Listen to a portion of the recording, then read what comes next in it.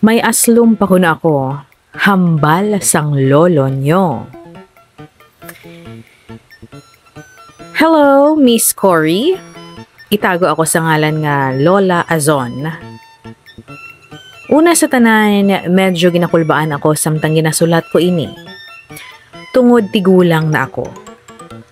Hindi na ako bagets. Basi abi hindi magustuhan sang mga makalantaw ang akon nga istorya. Abi mo, ang apo ko pa ang nagpilit sa akon nga i-share ang istorya ko. Siya lang kuno ang mapadala. 70 years old na ako. Kasal sang masobra 40 years. Sa lalaki, nga itago talang sa ngalan nga Lolo Ben. 73 years old na siya. Dati ako nga nagkatrabaho sa isa ka newspaper company. Sorter sang newspaper sa gabi para mabaligya sa dason nga adlaw. Si Lolo Ben naman nga government employee. Nakilala ko. Kag nag-ayuhay kami syempre. Ang trabaho ko gabi. Siya naman sa aga, kay siya ang nakatoka sa mga street sweepers. Gani ang setup namon. Kung gapauli na ako sa balay, sa kaagahon, siya naman monoglakat pa lang para sa trabaho. Ang sikreto namon, nagapangawat kami sang oras para maglabing-labing, kag mukbang. Tiluan ang laway kag bibig sang isa kag isa. Kung hindi pa kami kontento, ginatilawan man namon ang vegetables sang isa kag isa. Ginatilawan niya nga ako ni singkamas, kay ginatilawan ko man ang iya nga talong. Balaan niyo na ina, kay big boys and big girls na kamo. Kag amo ina ang nagapanami kag nagapadugay sa relasyon namon. Nakabuo kami sang 5 ka manami nga produkto kag may kanya-kanya naman sila nga mga pamilya. Subong, tigulang na kami. Tigulbams ko ng apo ko pang maghambal. Ara na kami sa puntos ang kabuhi namon kundiin masami namon nga ginapamangkot ang isa kag isa. O ano na? Matolo kayo na lang kita. Te, ano? Mapungko na lang ako sa umba-umba kag magansilyo. Balan mo, Miss Cory, dugay naman kami nga retired. Gani masami nga sa balay lang kami. Kung kaisa nagalantaw sang TV, di gani mabasa newspaper. Kung kaisa nagaluto o kung pulo pa ninlo sa sulod sang balay. Hindi naman kami kaisrot magamit sang mga cellphone. Kay nadlo kami sa radiation. Kaag, hindi na kami kamurot. Idugang mo pang madamo na kami sang ginabatsyag nga mga sakit sa kalawasan. Pero sa piyak sinitanan, takos ang pasalamat ko sa Diyos. Kay bisan lampas na kami sa prime sa amon nga kabuhi, nakayanan pa namon nga mag-survive sa adlaw-adlaw. Masami nga liwat-liwat lang ang amon nga routine. Bugtaw sa aga, mangapi, mamati balita sa radyo, basa newspaper, lantaw TV. Maninlo sang balay, maligo, maluto, kag magkaon para sa bilog nga adlaw. Tapos matanga-tanga, manumdum sa mga pwede himuon. Sang wala na gid kami, sang wala na gid may nagasulod sa pinsar namon, ginpamangkot ko si Lolo Ben ninyo. Ben, palangga mo pa ako. Ang sabat sa ako ni Lolo Ben, Corazon, hindi naguro. Kay kanami sa imo si Paon. Ano klase ka pamangkot, ina? Ang sabat ko da syempre ho o ano pa be. Matiner bala ako sa tupad mo kung hindi ta kapalangga. Sabat ni Lolo Ben sa akon. Ay abaw, nagyuho man ako. Kag nagkuba-kuba ang heart ko sa sabat niya. Pamatsyagan ko daw nagbalik ako sa pagkadalagita. Ginakilig. Ganigin sabat ko siya. Ben, gwapa pa bala ako sa panolok mo. Damo na bikulubot ang akon nga mga itsura ho. Tapos puro bukay na ang buhok ko. May mga kurit naman ang agtang ko. Gusto mo pa bala ako? Nakibot si Lolo Ben sa pamangkot ko. Gani ang sabat niya. Ason, ason. Nagulpi ka lang kaya pamangkot sa akon sang amusina. Sabat ko sa iya. Wala lang. Wala man taabis ang obrahon. Wala ko kabalo kung anong nami nga istoryahan kag obrahon subong adlaw. Ginlantaw ni Lolo Ben ang bilog nga balay. Ginlibot kadali kag nagsabat sa akon sang. Ason, duha lang kita diri sa balay.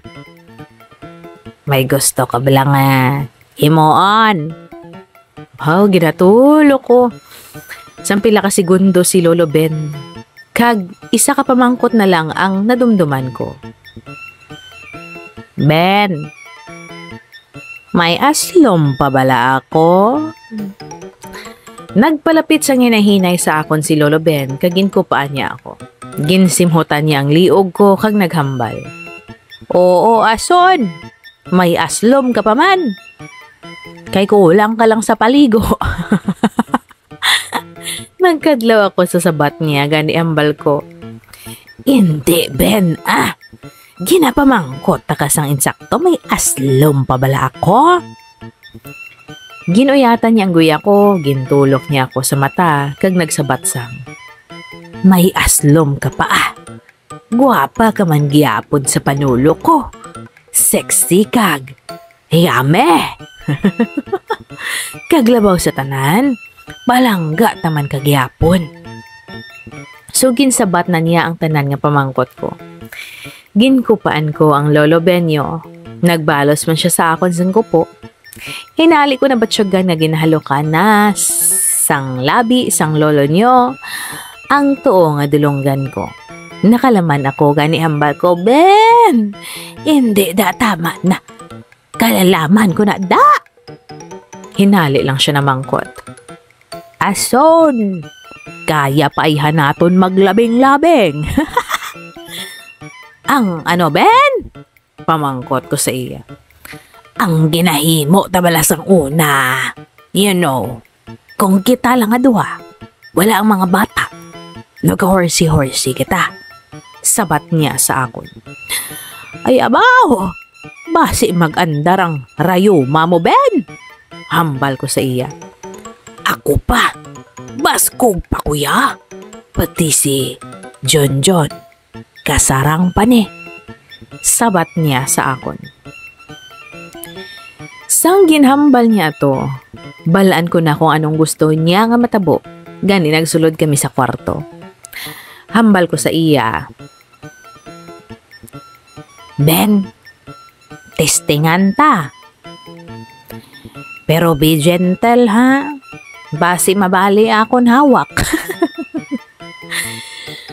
Pareho kami nga nagpungko sa kama. Ginuba niya ang iyang mga bayo kay ginuba ko man ang akon. Hambal ko pa. Ay abaw! Kanami gyapon sang talong mo, Ben. Bisan ko rinot na kagubanon. Nami mga ni mo kasing kamas ason. Bisan loy-loy na. Nagigda kami sa bed. Siya naman nagtungtong sa akon. Dito ko nakita nga medyo macho pa man ang bana ko. Bisan dako ang giniwang niya tungod sa katigulangon. Gintulok kuman ang lawas ko ay abaw. Puno sang korinot. Hambal niya sa akon. Ason? Parehas ang una ha? Oo, parehas ang una, Ben. Sabat ko sa iya. Ginhalukan niya ako sa agtang guya, sa bibig, kag hinay-hinay lang, parehas ang una. Tapos nanaog ang iya nga mga bibig. Ginhalukan niya ako sa akon sing kamas, nga daw ginasuyop niya. Hinay-hinay, parehas ang una. Sa pinsar ko, tani buling ang nasuyop niya. Kaya wala ako kapaligo sa to. Samantalang ako, kinapa ko ang dalawang braso niya. Nabatsyagan ko ang kahumok sang iya nga maskulo. Ngan matiga pa sang una. Hinay-hinay man, pareho sang una. Asta nga. Nabatsyagan ko nga nagmarka sa akon nga hita or nagtungtong sa akon nga hita ang matiga nga bagay.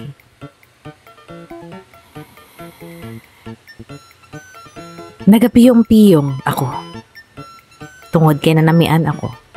Asta nga naghulag nga daw nagalinog na ang ginahigdaan namon. Gulpi ko nga nahidlawan ang amo sini nga feeling. Hindi ko nabi madumduman kung saan o ang ulihin namon nga uyog-uyog. Pila ka tuig na ihan? Hindi ko na maisip. Pero kanami turn sa gihapon.